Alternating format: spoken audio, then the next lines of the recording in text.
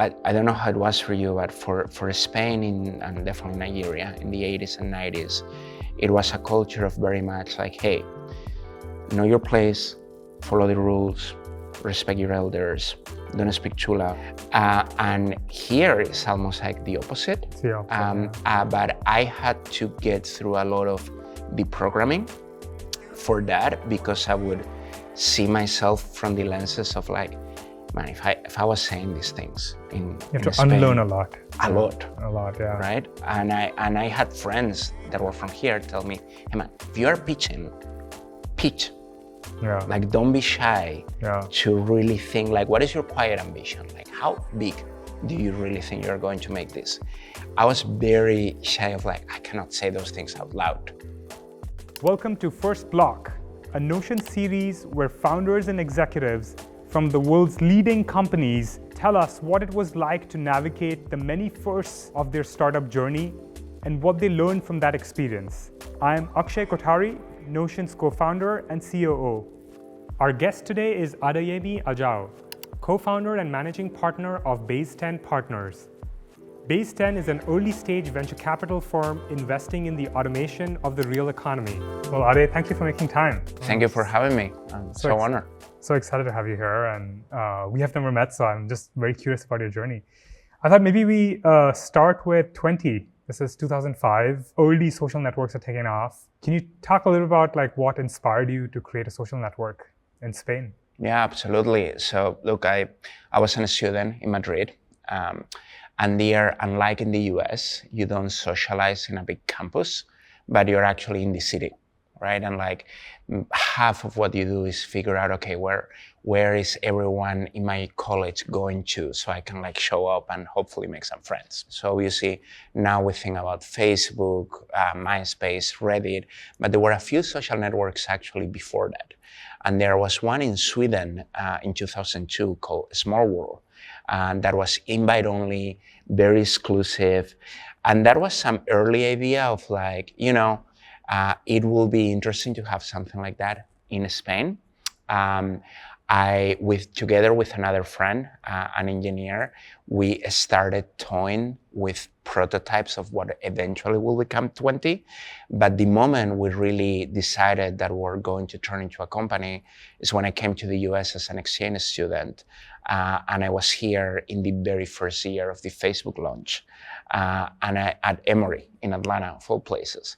And I realized, wait, there is actually a company doing this. Like, this could be more than a side project. This could be a company. And that really put us on the path to eventually doing 20. What gave you the courage to do it? Or I guess, do you sort of think back at, like, was there sort of exposure to technology that you had leading up to that moment that sort of pushed you to thinking that way? I reflect a lot on that, and it's something I love to invest now in founders that are immigrants, and particularly that comes from cultures like that, because I think there is a lot of alpha and a lot of self-selection. I think for me it was three things. First of all, my dad was Nigerian. He was an entrepreneur on his way. He was, like, as he liked to call it, a real engineer. He would like bridges and electrical plants and things like that. But I think that was inspiring to me as a child, hearing those stories of, oh, you can build things, you can change things. Number two, I was a huge nerd. In where I grew up in southern Spain, I was like the first guy installing modems and probably dating myself on my high school when the internet was coming. And I was like talking about Netscape, and I was probably one of the few people in Spain that knew who Mark Andreessen was in the 90s. So to me, the fact that people will do more things online was inevitable. The third thing, where I grew up was definitely not a technology forward place, but it was a place where a lot of people had small businesses. It is a town where most people did most of the income on the year during the summer selling things to tourists. So I think the combination of like, hey, you could do things that are not working for a big corporation, and the certainty of technology is the one thing I know that a lot of people around me don't know. So maybe that is my path. I like to think that is what it was. Honestly, I wasn't making these kind of reflections when I was 22, but probably it was somewhere in there. Say, connect the dots looking back. Exactly. I also noticed like you've been on the founder journey multiple times, right? Can you talk a little bit about sort of your co-founders and the relationship you've had? I think this is a lot of sort of young startups, early days, they go through the ups and downs together. No, I'm glad you asked me that. I got married 5 years ago, and my 4 co-founders of 4 different companies were part of my groomsmen, which was a great moment of reflection. Wow. Because in a way, we have all gone to work together, and to be clear, we did not always agree on the best way to wage that war. And in all of those cases, they were friends before they were founders. And what, this might be controversial, but what became very clear to me is that for the good of the company, they had to be founders before they were friends. And we talk a lot now at Base10, at the Hey, we are a sports team more than family.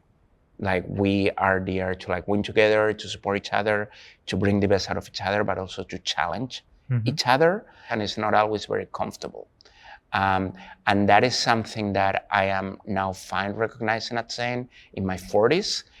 I struggle with that a lot in my 20s. So that flip from friends to founder inside the company, how does that show up? Like, or I guess like how have you thought of ways that have sort of improved the trust you've had among your co-founders? Yeah, it's a great question, and I think it's going to be a lifelong journey. I would say 2 things. One, I don't know how it has been for you. For me, even in the companies that have eventually become successful, there have been multiple near-death experiences. And I think those are pretty clarifying.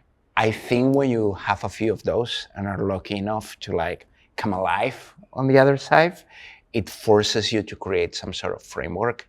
This is how far we are from our goal. These are the resources that we have. It really doesn't matter how I think or what I prefer or what I feel. It matters how we win. And at the end of the day, if we figure out how we win together, that kind of takes care of the rest. Easier said than done.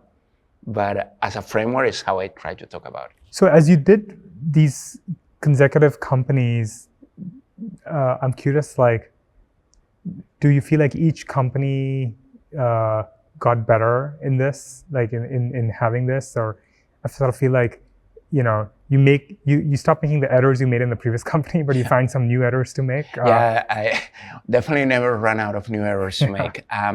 But I do think that the people, the founders are generally consistent in we all make a lot of the same mistakes. Yeah. We all tend to be very optimistic, also go through a lot of ups and downs, grow a lot with the company. Generally, I don't think that you scale to definitely something like Notion unless you are willing to edit yourself multiple times around the way, but still have conviction in your ultimate vision.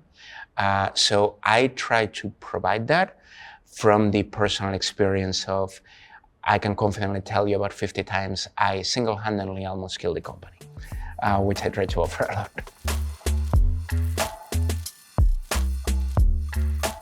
So let's switch to recruiting, because I think I feel like making the right hire and wrong hire in the early days can really be sort of, change the way the company's trajectory is. So how did you think about filling out your team in the early days? And maybe like, I'm curious, both at 20 and then identified, how did that differ? Yeah, quite a bit. So I think at the beginning, I was very much focused only in the now. And I tried to do everything, both because I had to, but also because I thought I could. So I was like, oh yeah, I can code, I can design, I can sell, I can do it. And very quickly it's like, no, you actually can't do any of these things. You're not very good as an individual contributor on any of them. And you should not be doing really any of them. So it's like, okay, got it. Okay, which is the one I can drop fastest, and what person can I find that can do this? So that is useful, I think, in the sense that you are clearly defining what you need, which I think is something that sometimes we don't do as great with hiring. I wasn't looking at back then is trying to tie that with where the company needs to be 12 months from now, 18 months from now, 24 months from now, and what that means for the person that I'm hiring. So it's not just a job that I am doing now, so the job that I should be doing a year from now. And now I tend to think more about that. And I tend to talk to the founders. I advise more about that.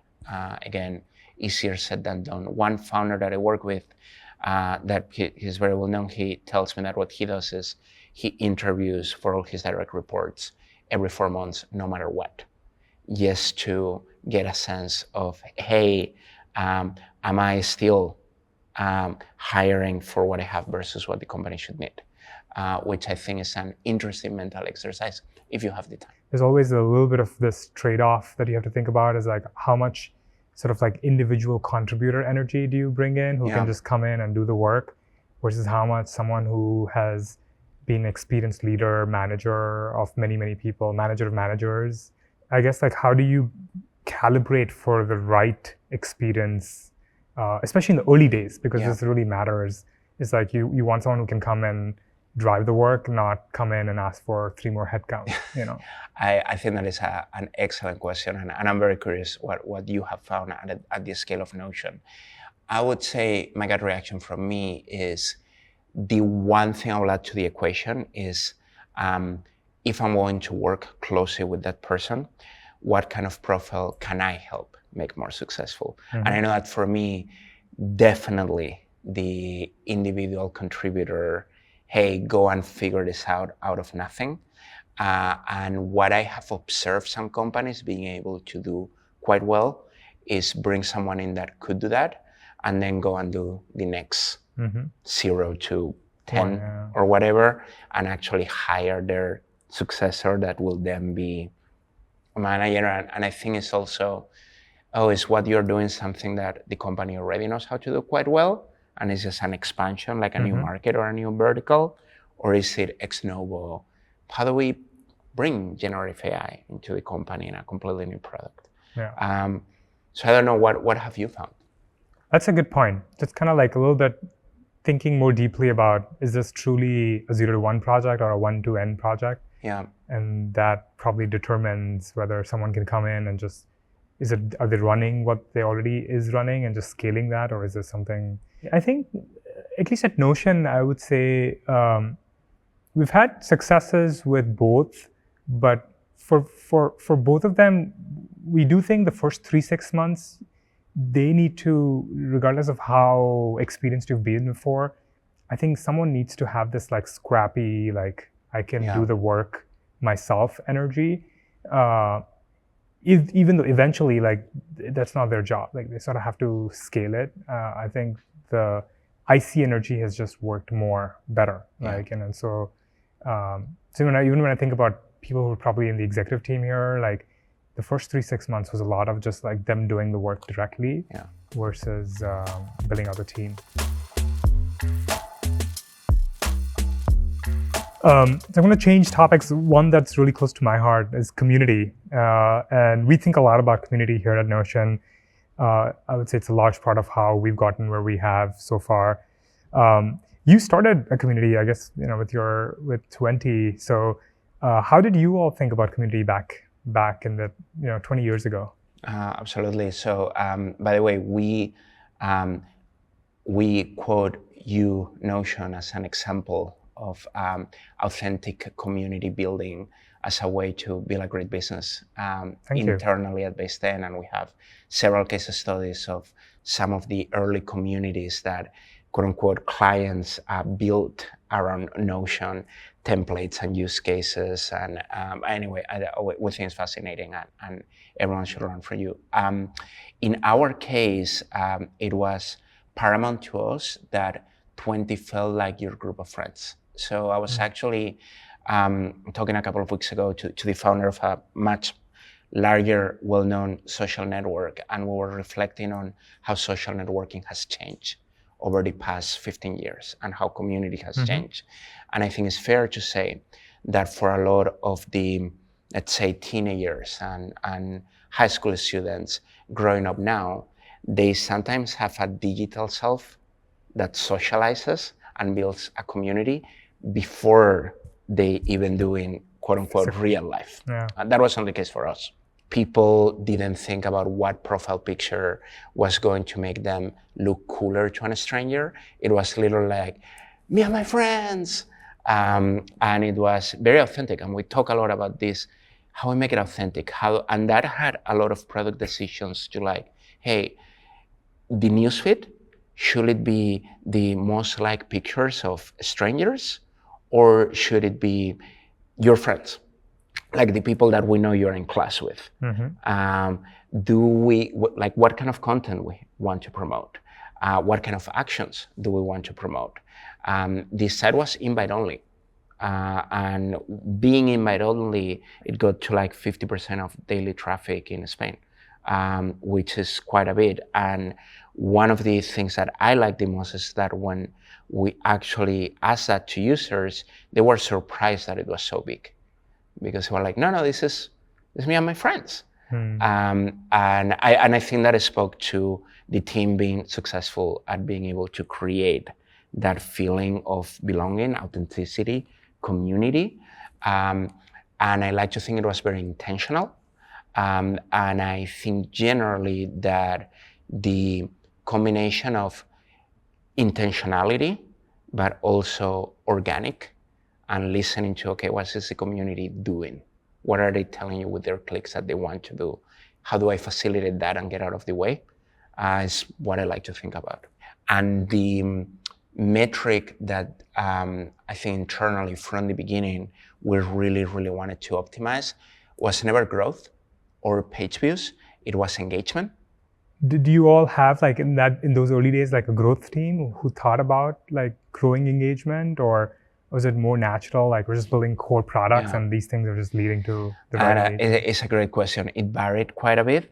Now it's funny, but I was actually talking to one of my co-founders, our first CTO, last week, and we were talking about this. And the big things that now seem absolutely obvious were big unlocks for us. Like, someone from Silicon Valley came to Madrid and told us, what you really should focus on integrating with Microsoft, so you can do mass uploading of pictures, because pictures are your single, and this was before mobile. Yeah. So I know we're talking web days. I was like, pictures are like the single item that will get more engagement for multiple reasons.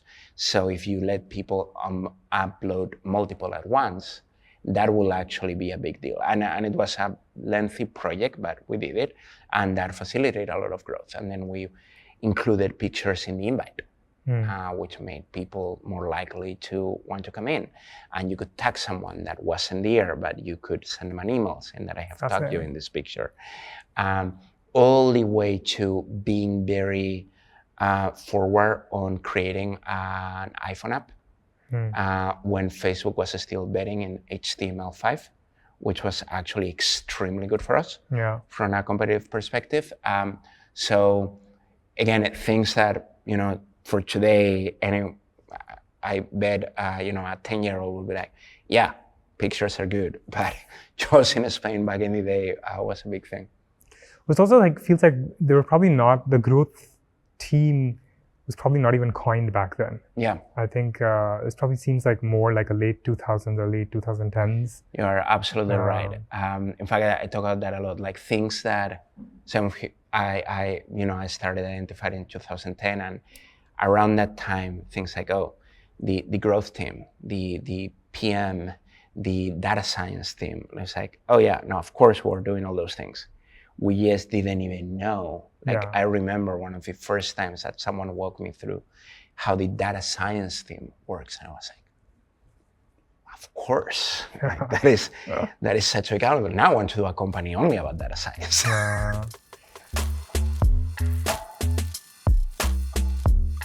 Actually, I want to go back. So you're seeing this incredible growth, but you're just a graduate from like, I guess, can you talk a little bit about like how did you learn management? How did you learn being a CEO? Like, was this just like on the job learning? Did you have other mentors who helped you through it?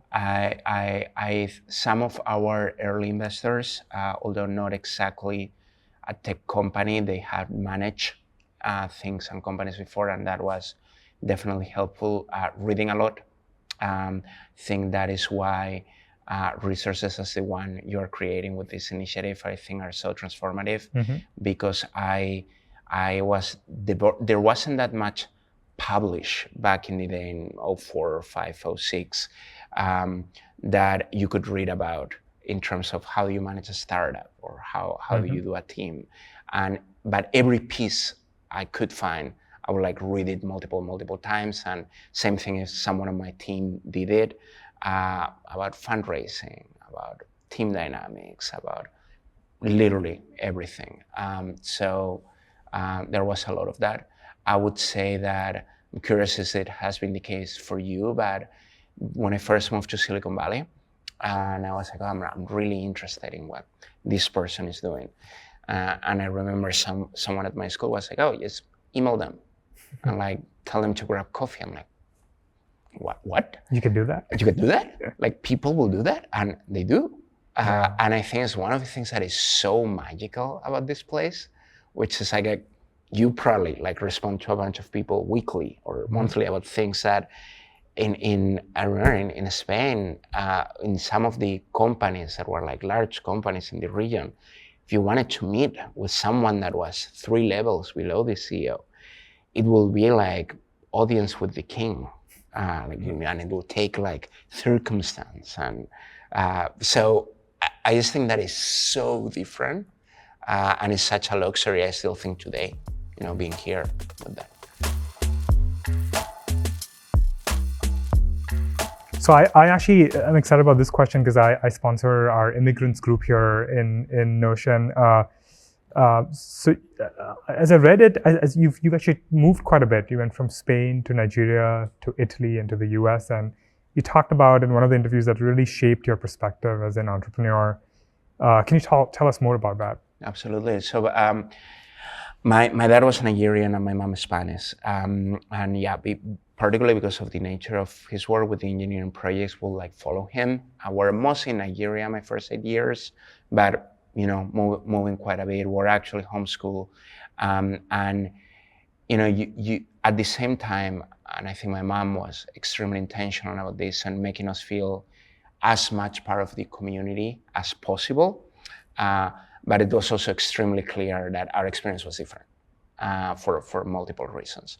And I think that as an immigrant, it allows you better to develop your theory of mind, of like what is in the mind of the other person, what are they thinking, how are they experiencing what I am experiencing, why are they reacting in a different way? Am I seeing something that they might not be seeing? And that is why this fact is not surprising to them, but it is to me. And I think that when you do that a few times, your ability to see the world through someone else's eyes, gets more developed in your mind.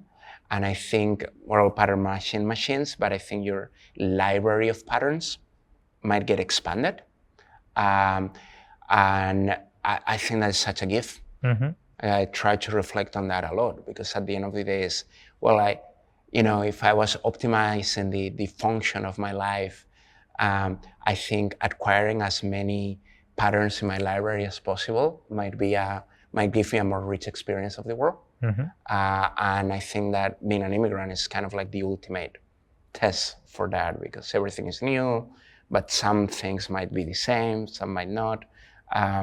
I imagine you have gone through something similar. Yeah, to building on that, I think it's, I think some of these countries' cultures are so different that I think you become more open-minded about like just the different perspectives, and you realize there's not just like one way of doing things, which I feel like it sort of just opens your mind just more broadly, right? I think you go through some of these experiences and you realize there's like not just one truth. There might be a bunch of different ways to look at it. Yeah. Like, I guess, what was other surprising things you found moving to the US and the Valley more generally, and any advice you have for people who come even for visiting, for a week or two? Plenty. It's been 15 years, almost. I would say that was the approachability was surprising. The positivity was surprising. Hey, this is a place of incredibly positive people, more than anywhere where I have lived. Yeah. Here, if you post something to anyone, you're more likely to hear, make it, or it's possible, or even like, let's fund that. Yeah. I think that is such a gift, and it's so different, and we shouldn't take it for granted, and like never lose that. So I'll say that's one, and together with that one, I don't know how it was for you, but for Spain and definitely Nigeria in the 80s and 90s, it was a culture of very much like, hey, know your place, follow the rules, respect your elders, don't speak too loud. I was very opinionated in the few things that I really care about. So I will, if I disagreed with something, I was the kind of people that would raise their hand a lot and like, well, I have read something and like I disagree with, that was extremely frowned upon. And you'll get feedback of like, you talk too much.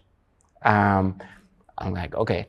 And here it's almost like the opposite. It's the opposite, But I had to get through a lot of the programming for that, because I would see myself from the lenses of like, man, if I was saying these things you have to Spain, unlearn a lot. A lot, yeah. Right? And I had friends that were from here tell me, hey man, if you are pitching, pitch. Yeah. Like, don't be shy to really think like, what is your quiet ambition? Like, how big do you really think you're going to make this? I was very shy of like, I cannot say those things out loud. Yeah. It's almost like you have to like stop listening to your inside voice. Yes. Because you really have to unlearn. I heard an interesting one where, I think someone was comparing Silicon Valley and the rest of the world, and it's like, you have a crazy idea, you're at a party and you say that crazy idea. I think most places in the world will say, that's a crazy idea. Yeah. And I think you say the same thing in Bay Area, and then people will say, tell me more. Yeah, exactly. That is exactly it. And it's such a gift. Yeah, it's such a gift. Maybe another thing is just like how much people here embrace failures. Yeah. Is also a very unique thing that your brain doesn't, I feel like if you sort of fail, people sort of feel like, okay, that's the end of my career. But Absolutely. Here it's just a start to something else. Exactly.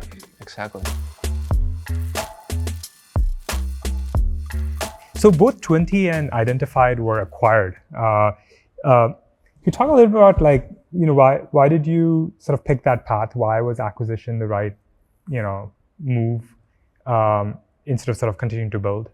Absolutely. There are tactical and strategic reasons, but I will say that the common one was thinking, okay, every time, at least in my mind, every time I'm recommitting to like, okay, this is what I'm doing the next 5 years of my life. I have to ask, can I make it 10 times bigger? And the answer has to be a resounding yes. And that is both in like, can I personally make it 10 times bigger, and can it be 10 times bigger? And I think in both cases, we had created two companies that went from zero to something meaningful.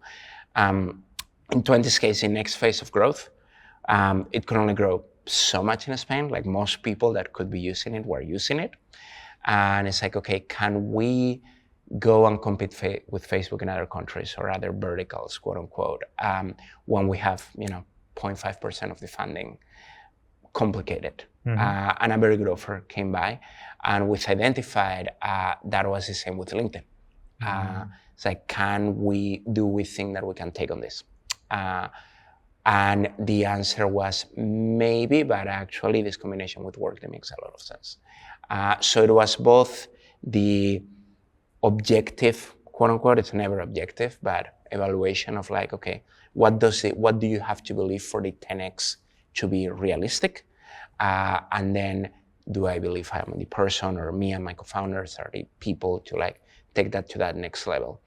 Probably now that I'm hearing myself talk like this, that is why I became an investor. The fact that I can think about it this way, but. Can you talk a little bit about your sort of post-acquisition, like at least the first 6-12 months? Like it always seems a little bit sort of hairy. I've gone through it twice myself. Yeah. And it's a little bit of like merger of the cultures, merger of the tech stack, merger of the people. And, you could have sort of high dreams of what you want to do together, but it's, it's a tricky time. And I'm curious, how was it for you? Workday was significantly bigger and identified, not even the same order of magnitude. So no matter, and we were mostly focused on building very cool machine learning and data classification tech. That is what we really were passionate about. We just happened to apply to HR. And one of the first things for me and my team to unlearn was like, wait, so creating artificial intelligence by itself is not cool enough. We have to think about the client. What is that about?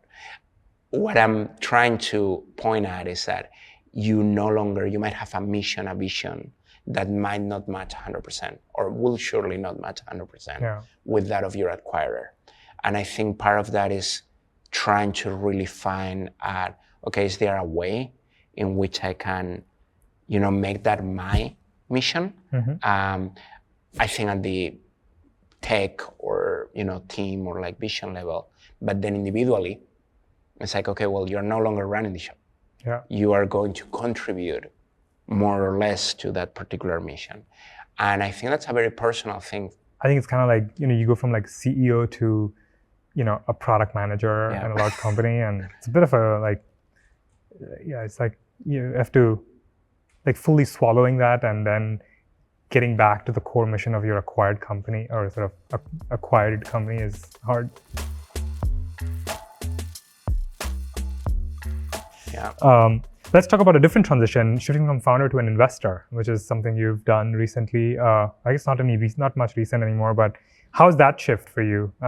You mentioned once that early stage investing is the next best thing after starting your own company. So it sounds like you're enjoying it. Yeah, well, yes, at a number of levels. I'll say one, beginning with, what you were telling me right before we started the interview, which is like, hey, like, I get to come here and talk to an hour of someone that is passionate about what they're doing. It's like, yeah, it's great. For me, I've now been here 15 years, grabbing coffees with like people that are doing things that are really cool, and that 5 years later, you're like, oh, it turned out that Bitcoin thing was a thing, or like, turns out this machine learning thing is now like, we're talking about AI. How weird.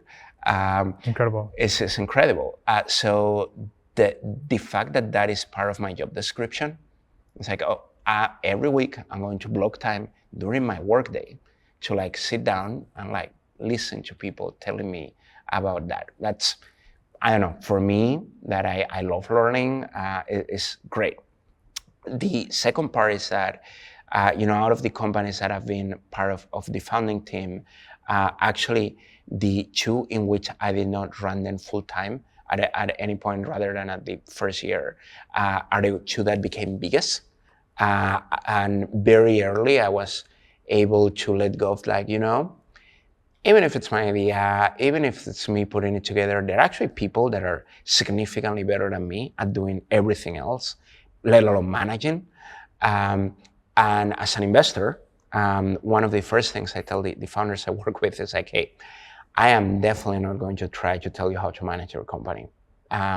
First of all, because I've been where you are, and I understand that you are obsessed with it. What I bring is that, look, I talk to a lot of other people like you, and I've been in your place. So probably our mind, whatever state of mind you're at, I probably have been. So we can talk about that. We can talk about how you are feeling. And I just really enjoy that. And I think that people inviting you to like, yeah, here's how I'm feeling. I mean, like, there are 700 people that are feeling like you. Like, really? This is not, it's like, yeah, you're not alone. You're not alone. And I felt like that. And I've gone through it or not gone through it, or I was doing a lot worse than you. That combination of the person-to-person connection and the intellectual curiosity of reading all that, I find it very rewarding. And the last thing I will say is that I did not know when I decided to become an investor that building a venture fund was a little bit like building a startup. Turns out it is. Although I would love for 100% of my job to be talking and working with founders, it's not. I also fundraise, build processes, think about my brand, think about my product and how I can differentiate it and what my competitors are doing.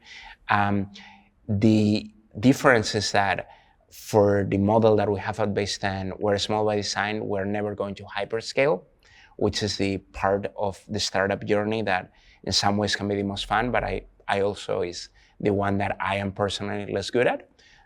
So I think I'm getting the best of both worlds, or I tell myself. I also found like Base10 is a very unique setup. I'd love for you to talk a little bit about that. I mean, it was a big reason why we picked Base10 as one of our investors a couple of years ago. How did you land in that setup? And maybe you can also talk a little about sort of maybe the journey that got you there. Absolutely. So thank you very much for working with us. First of all, we're very proud. For us, since the beginning, we started talking about what will become Base10, me and my partner T in 2016.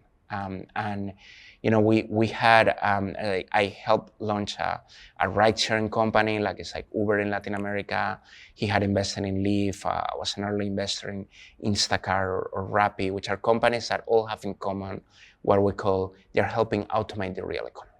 They're thinking about, hey, how does small and medium businesses and consumers and millions of people going to interact with automation and with technology every day?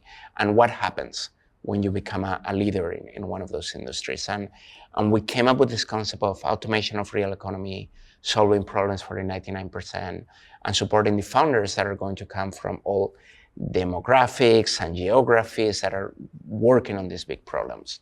So that kind of became an ethos of what we wanted to do as a firm. Then from there until today, I'm thinking about, okay, how do we actualize that? It's like, well, part of it is like we pick companies that we think are at the forefront of helping do that, like Notion.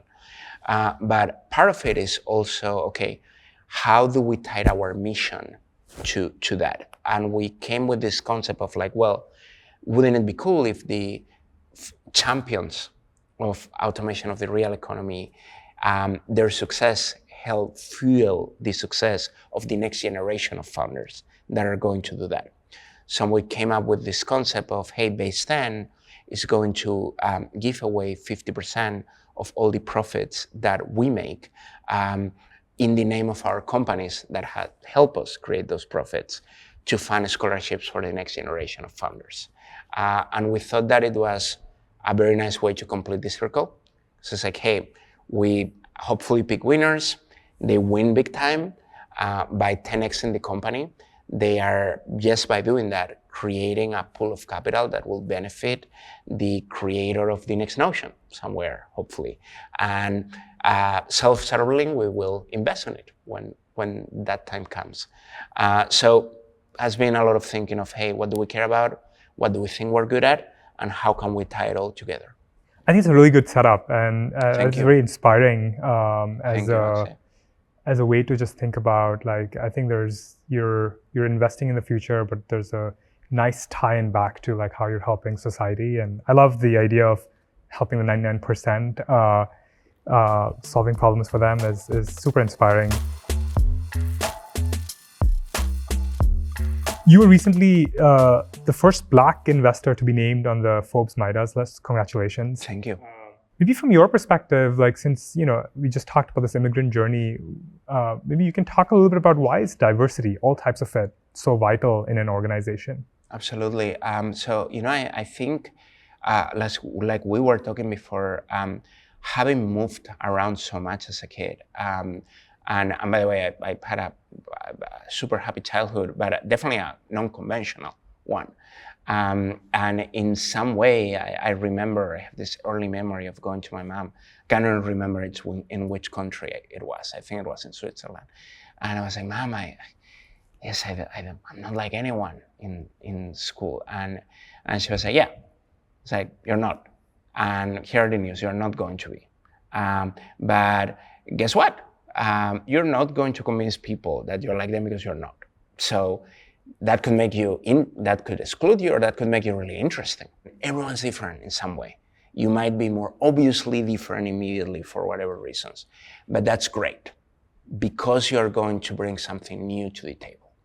And if you merge that with whatever the other person that's different is bringing to the table, you're going to be able to look at things from a diversity of viewpoints, and that's great. And we have tried to codify that at Base10. And one of the things we talked about when we launched the program we just discussed, the scholarship program, the Advanced Initiative, is this concept of the world brain. And the way we think about it is like, hey, at the end of the day, humanity, it's like 8 billion people, we're like a collective brain, and we like solve problems. And that might be pandemics or climate change or software productivity or like food ordering, whatever. So if we had the entirety of humanity with the ability to contribute to all the biggest problems that we have, what couldn't we do? Like it will be, which to us that is utopia.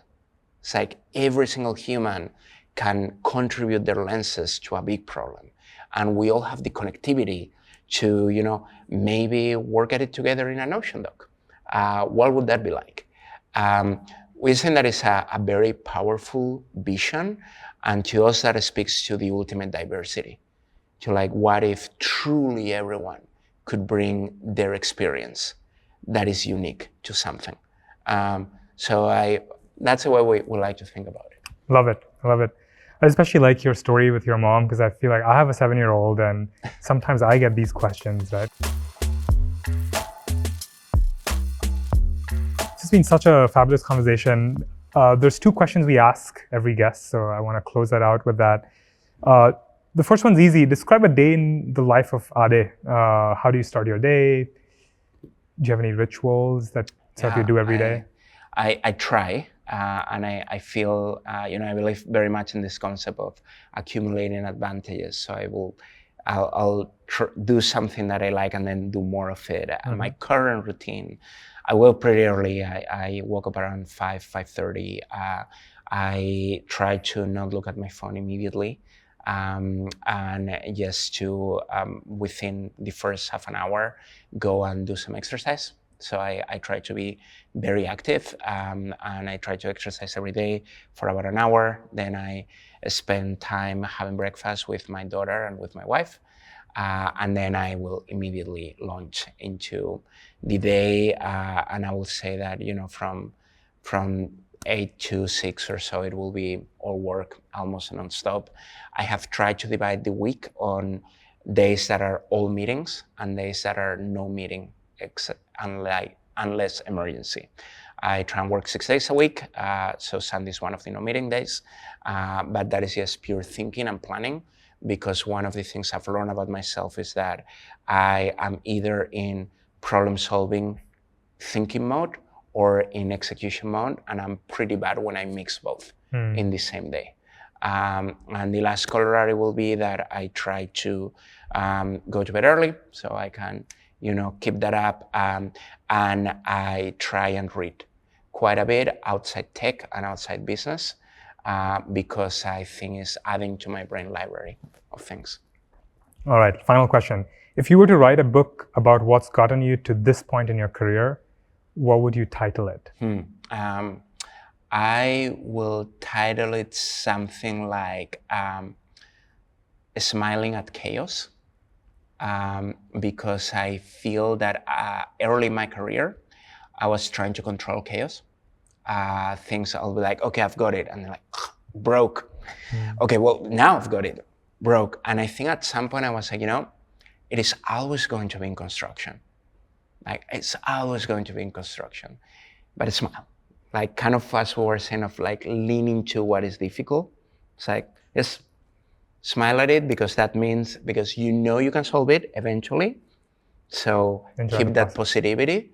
I think being able to be somewhat okay with chaos and take a positive attitude on, although it will never stop, it will be a different kind of chaos, to your earlier point, will probably be something like that. Awesome. Thank you, Ade. Thank you so much for having me. It's an honor.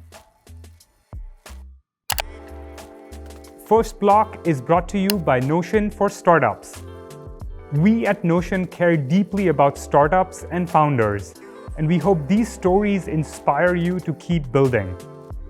To learn more about how we are supporting startups, please visit notion.com/startups.